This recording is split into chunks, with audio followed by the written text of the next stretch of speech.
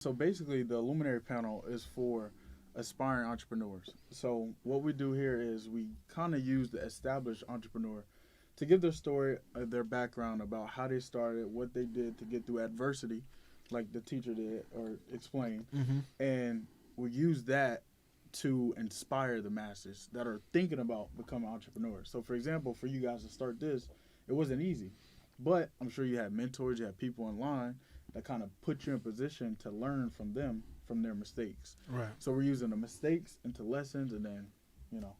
So are you an entrepreneur yourself beyond the podcast, or is this just a lane that you feel like, you're almost like a liaison to the aspiring entrepreneur and the one who's kind of been through the rodeo? Yeah, that's a great question. So I actually started in the entrepreneurship world. So I actually had a couple clothing brands that I started on my own that I didn't know much about, but I knew I wanted to do something outside of the 9 to 5. So once I did that and failed miserably, I knew that I needed answers. I didn't know how to get it. So what I did was find mentors, ask them questions, and I'm like, okay, it dawned on me to think, okay, if I need questions, I'm sure people in my similar situation may need questions too. Right. So then I became a master networker where I'd be able to, connect with people and be the liaison between, myself and the things I want to accomplish. And from there, I was like, all right, let's start a panel where we can help these people like tremendously. So Right. So you're always going to have.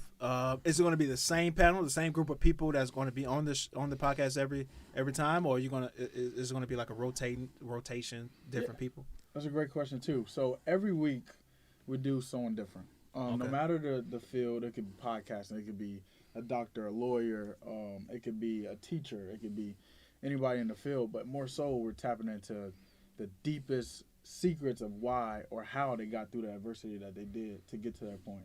Okay. So I think that's what makes it so unique, because again, a lot of people can do a podcast, but the uniqueness is what sells. Like for you guys don't give a flip about what y'all talking about. Yeah. So it makes it fun. That's why you guys are so engaging. Yeah. So for us, we found a niche that I think is needed. I actually had a good conversation with this guy named Rupert Meganot. He's an Orlandopreneur.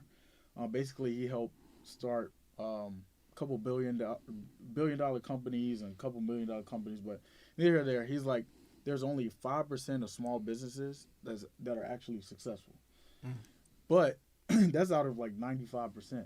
So if we can help that 5% get to 10%, we made a great deal of work. Yeah. You know what I mean? You got Chris here saying he's definitely going to check out that podcast.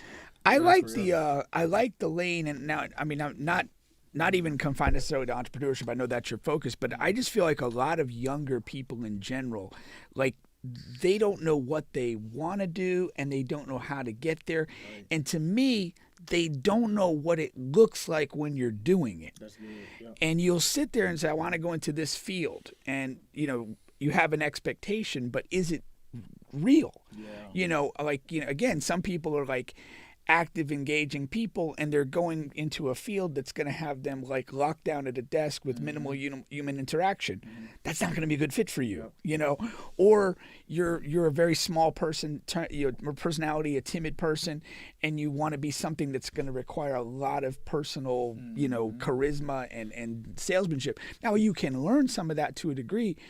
But to me, like getting knowledge from mentors or information that's going to put you in a position to understand what you're actually trying to do and what it looks like day to day. Yep. I think there's a disconnect between basically, like you'd say, like the young student aspiring community and then the connection, the people that are actually doing it and know how to do it. Exactly. And that's where we become the middle man in between the two. Yeah, I like that. I think the biggest thing for a lot of people is they're chasing something that's not there, right? And what I mean by that is they don't know their passion, so they're not fulfilled in what they're looking to do. So, for example, in the beginning of my career, I was clothing. I thought it was clothing.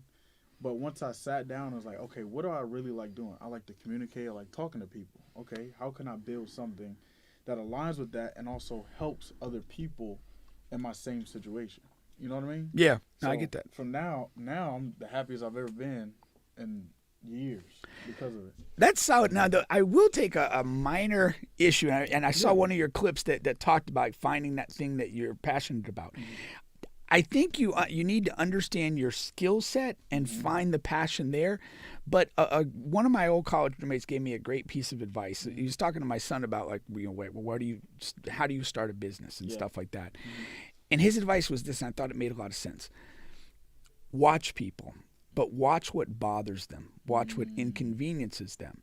And if you could find a solution to what inconveniences and bothers people, you have a business. That's good, yeah. And it's not always about like, hey, my daughter, she loves the clothing, and she's like, I want to be a designer of clothes. It's like, there's a million of those people already. Exactly. Like, what can you do that's going to solve a different problem? That's good, yeah. You know, and I think that, you know, you can use your skill set, which you're passionate about and motivates you and drives you.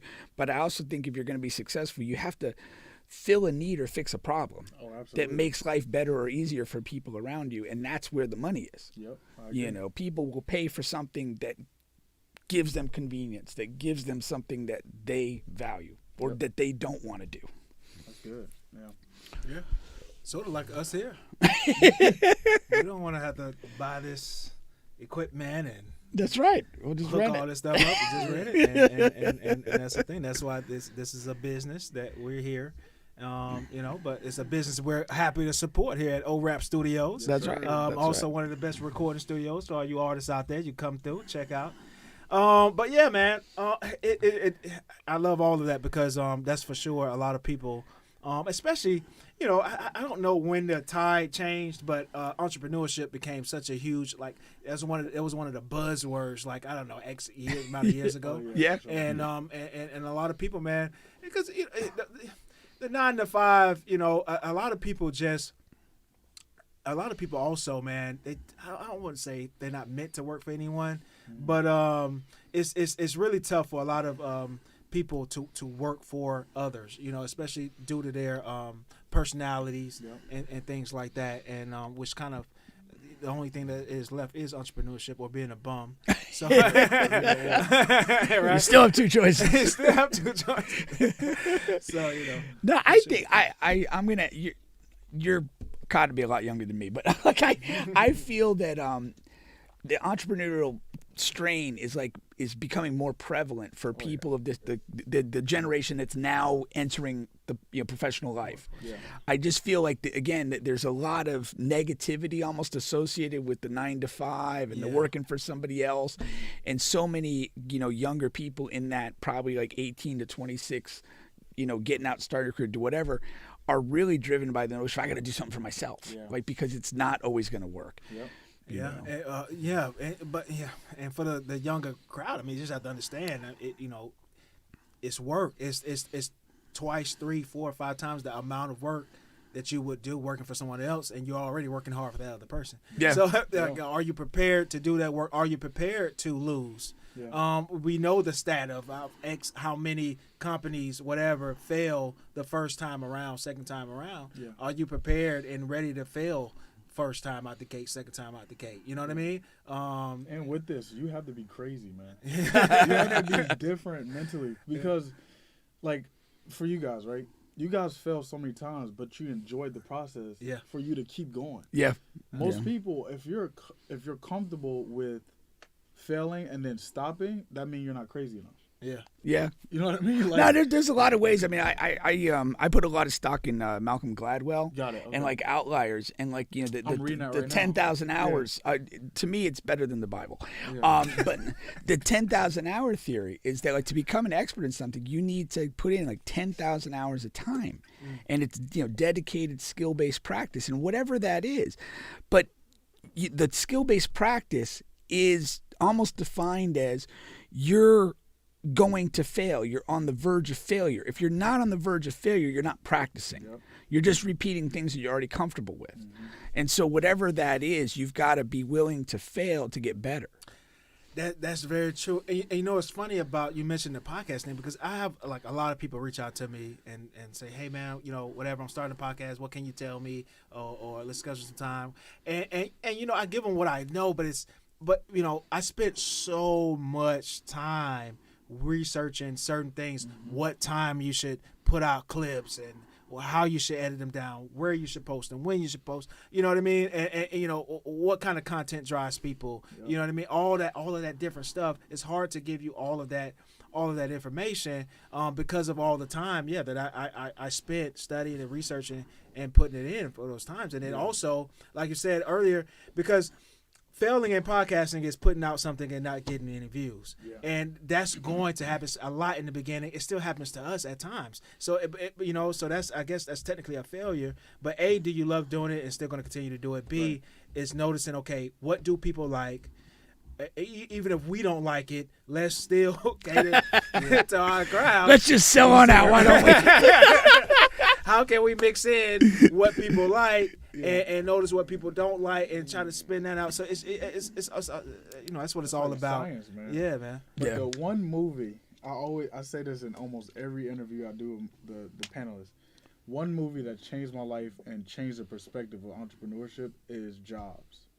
So basically, it's a memoir of Steve Jobs. Oh, I didn't see that. Okay. So basically, what he does is he has this idea, but his friend created the idea.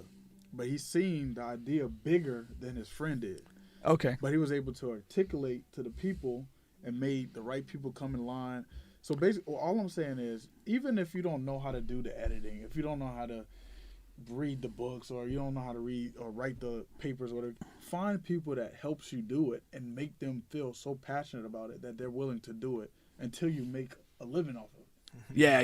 That's all it comes down to, because I know for me, I suck at editing. I suck at posting, but I got friends and people that believe in what I'm doing that's willing to do it because they see the passion I have for it. You know what I mean? That's big. Yeah. If your passion can drive a project, but you've got to have enough, you can't let your ego dominate where you have to control everything. Mm-hmm. You have to be able to welcome in talented people that have skills that are going to push you forward. Yep.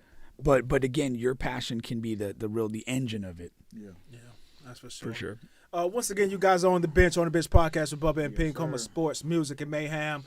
We have CJN from the Luminary podcast. Luminary Panel, man. Panel is on IG. You're misbranding this bit. Right. Oh, so the whole thing would be Luminary Panel podcast. No, just the Luminary Panel. Oh, so okay, dropping by. Okay, so Luminary Panel. I keep saying podcast. I'm trying to help you, man. We're using a podcast platform, but it's the Luminary Panel. It's all good, man. All right. It probably sound better, man. No, Luminary Panel is great because it's a little different. I saw the one clip where you kind of were like basically like cold calling businesses to try and get like their story, and like nobody was buying. Nobody got it. So basically, that was actually last week on a Wednesday. And I was like, yo, Ben, let's go to these small businesses and see if they allow me to just ask them a couple questions. So I went in there and I turned the failures into content. Like, you got to be okay with being rejected. But I ended up getting an interview for the following day. So it's going to be pretty cool to do.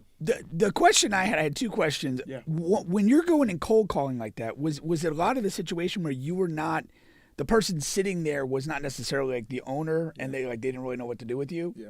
Was that happening, or? So most of them were managers, but I went into a couple where the owner were there. Okay. And then they gave me the excuse like, oh, I'm too busy or such and such. But I think it was one of those things where it threw them off guard and they weren't prepared like, oh, I want to be ready for this. Right. But yeah, that's what really happened. Okay, that's interesting. I find though that people, when they have a measure of success, they enjoy talking about it. Yeah. It's not hard to get them to talk about it. Yeah. Even in the clip I mentioned now, I was like, maybe because they're not prepared for something like this, but this is nerve-wracking for me as well because I don't know the outcome of it, but I enjoy doing it, and I know people will be impacted by it. Right. Exactly. Yeah, you know what? It didn't like come off the same way, but like I had a little bit of the vibes. You know, like the TikTok guy, like he goes, somebody will be driving a fancy car, and he'll say, "Oh, hey, what do you do for a living?" and kind of ask a few follow-up questions. Yeah. That was the vibe that I was getting when I was watching. I was like, that way, because it's really funny, and they'll randomly like walk into like a celebrity, like to be like they'll just say something funny, like whatever. That's just the power of networking, man. Like you never know who you're connected to and who you can be connected with. Yeah, exactly. Like I was connected with you guys through Marquise. Right. Yeah. And if I wasn't connected with Marquise, I wouldn't be on this. So. Right. And then when you got here, we realized that we'd play basketball together at Orangewood. Yeah, exactly. Which furthers my big life point that pretty much everybody of quality you meet in life is on a basketball court. That's it. You're a hooper, man. You gotta be a hooper. Kobe says, $1 in a dream doesn't exist anymore. Everything takes a lot of funding. luck, and talent. Oh, That's true. Yeah. he's disparaging Biggie. Well, Biggie said, "Fuck $1 in a dream."